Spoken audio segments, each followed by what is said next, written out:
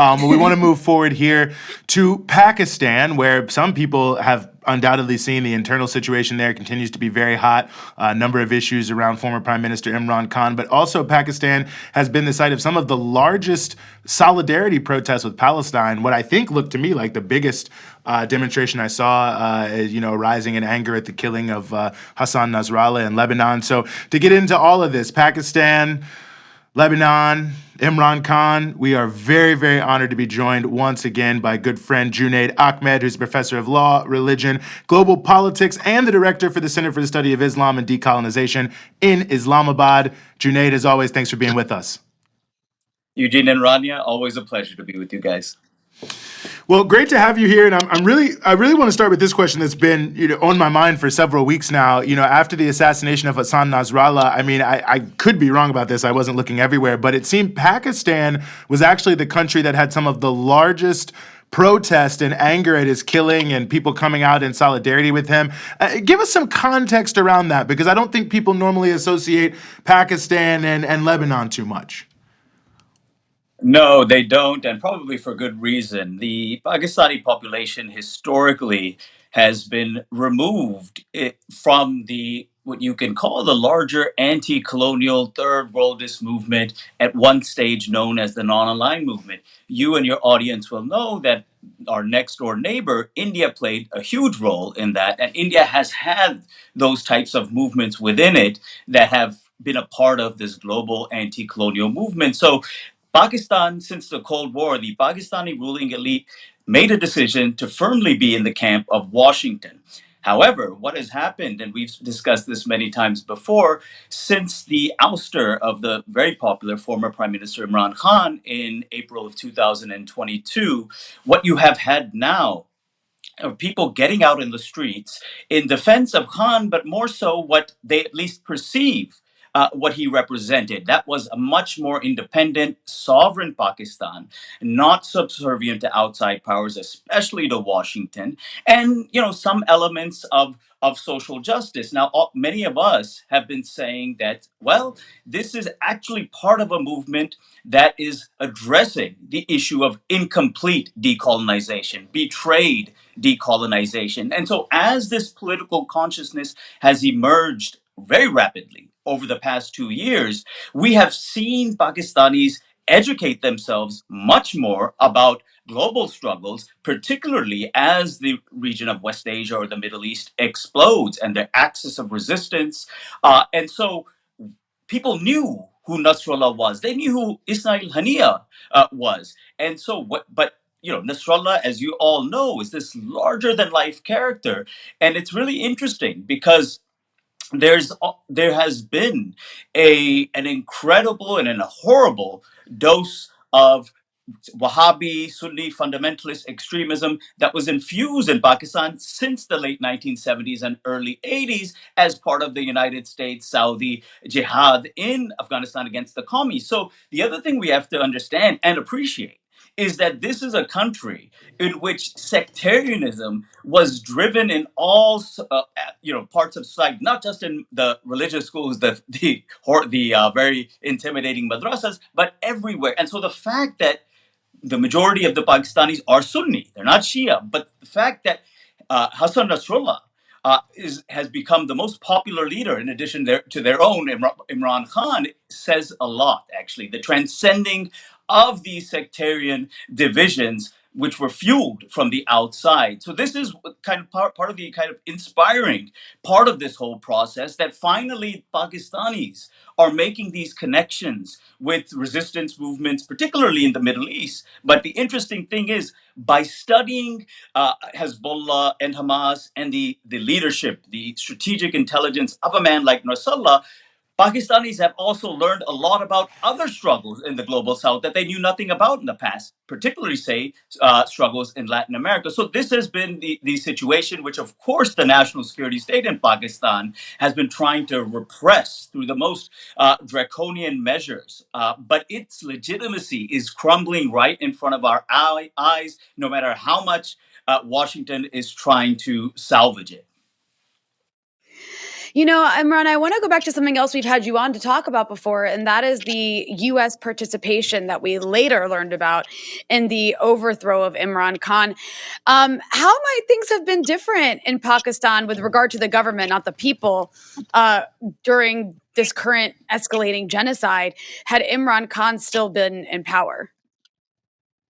Right. Rania, this is what has been kind of on the tip of the tongue of everyone, what they've been thinking about throughout this entire genocide since last October.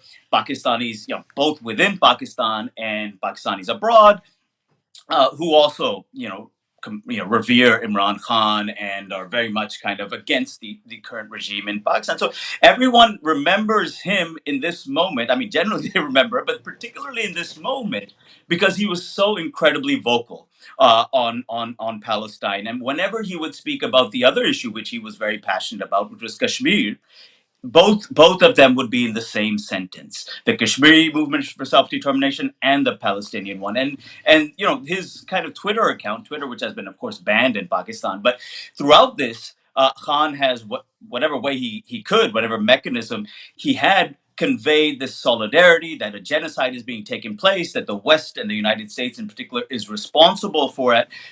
So we all, on the one hand, we're like, well, if only he was in power, maybe the Pakistani military would do what the Pakistani people want. And that has been to physically go to Palestine as a protection force. Again, Rania and your viewers will know that we're not talking about a small country here. Fifth, sixth largest country in the world, fifth, sixth largest military, nuclear armed, and completely good for nothing other than repressing its own population. But the desire of the Pakistanis throughout this period has been that why won't we just go there as a protection force for Gaza? And so we think about what Khan may have done. Of course, that may have also been wishful thinking, because there were so many issues, including this one, for which the regime change against him took place. So, I mean, we like kind of imagine that he would do something, but of course, it's often not so simple. And what is the status now of Mr. Khan's case? I mean, we've seen a lot of ongoing protests. I mean, I know the last big wave of protests, they tried to, block off whole cities, and they still failed to keep people from coming out in what at least seemed to me to be relatively large numbers. But it does seem like there's a thicket of sort of lawfare going on here. Where do things stand in terms of his imprisonment and what could happen in the near future? Right. So he is still in his what you can call a supermax prison, isolated from everyone. In fact, at some points they did allow some family to visit. Now that family, particularly his sisters, they've been imprisoned as well. So this has been an kind of incredible period in Pakistan's history, because you have had some of the worst, as I pointed out before on your show, worst forms of state violence and terror brought upon the Pakistani population since the removal of Khan in April 2022.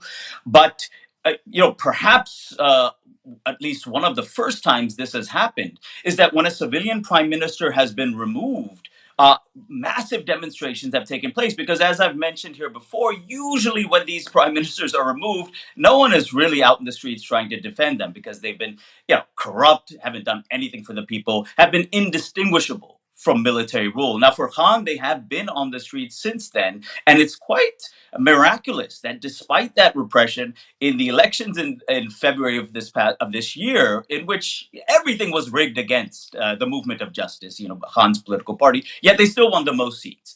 And so, when you talk about these assassinations, I heard Rania earlier saying that, I mean, we shouldn't even use this term. But one of the reasons I think why Pakistanis are identifying with these Ismail Haniya or Nasrallah is because Khan himself has survived two assassination attempts before they said that we have no other choice, we're putting him in jail. But the moment right now has been important and significant, because you've seen a fusion of both the internal movement against the civilian military regime with widespread anger and disgust at what is going on in Palestine and now Lebanon, and extending throughout the region. In fact, so much so that when the Iranians retaliated on October 1st, massive demonstrations in support. And again, this transcending of the Shia Sunni thing is amazing.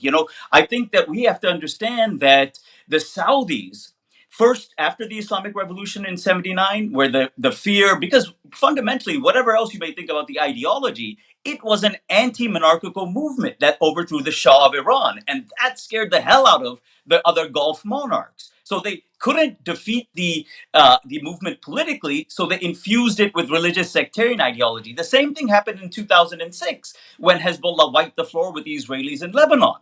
That again, this Shia leader Nasrallah became the most popular leader. And again, the Saudis couldn't tolerate that, but it's no longer working. And the Pakistanis, just it's amazing. I'm talking to friends who, in the past, in like the 70s, would have a lot of them named their kids Yasser after Yasser Arafat. Now they're like, we want to name them Hassan, we want to name them Nasrallah. So this is the feeling here in Pakistan.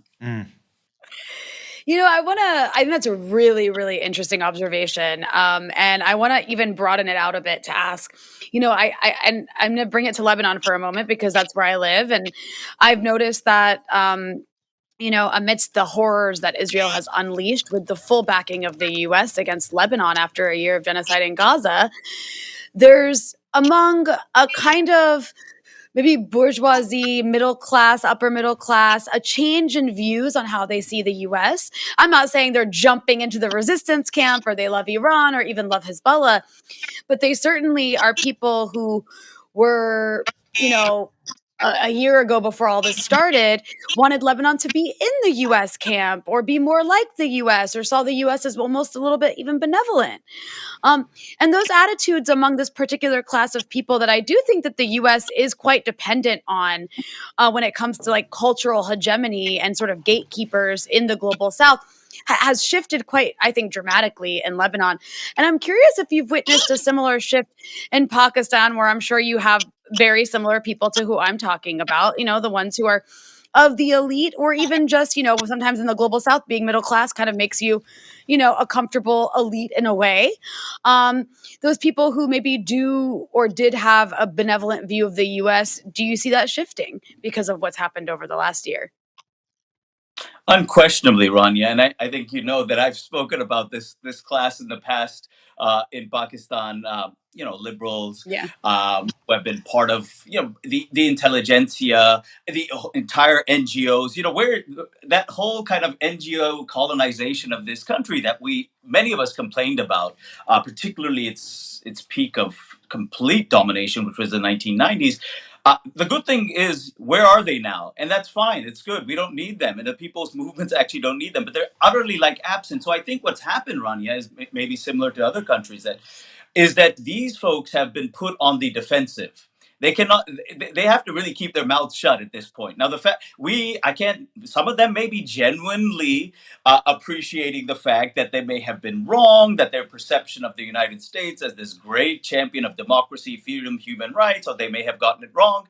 But I think most of them probably knew the reality, but their entire existence, their entire careers were built on portraying their own societies as backward, as so on, which of course, during the War on Terror years, I've often pointed it out, legitimated both the U.S. intervention in Afghanistan, saving women in Afghanistan, and many of these tragically supported Pakistani military operations in the Northwest, which as this was the big thing that, as you guys know, Khan was well known for, right? The idea that the war in Afghanistan and the Pakistani participation is immoral, will have a huge human toll, but also will be counterproductive, will be fueling militancy, and that's exactly what happened. So I think what the Israeli support, the U.S. support for this genocide has made those folks realize, or at least keep quiet at this particular point. That's so visible, and that's such a welcome development that they really are not getting in the way of people who are calling the United States out, who are calling the Pakistani government out in its complicity.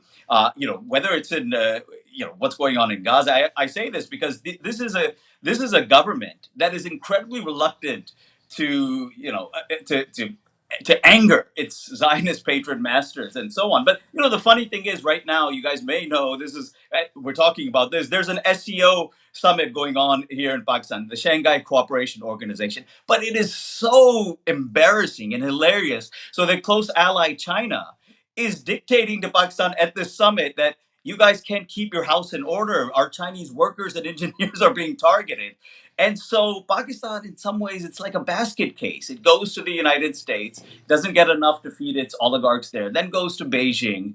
And so I think that this is the scenario in which the Pakistani people are so fed up. And it's great that at this particular moment, that liberal intelligentsia that it historically has been so aligned with Washington and pushed that type of agenda, depoliticized the population and said that NGOs will be the savior of everything. They're on the defensive, and thankfully they're not standing as an impediment to this newfound kind of revolutionary almost fervor in the population. Well, we are always happy to have you here to help us sort through it all. Junaid Ahmad, thanks for giving us some of your time here on the Freedom Side. Always a pleasure to be with you too. Take care.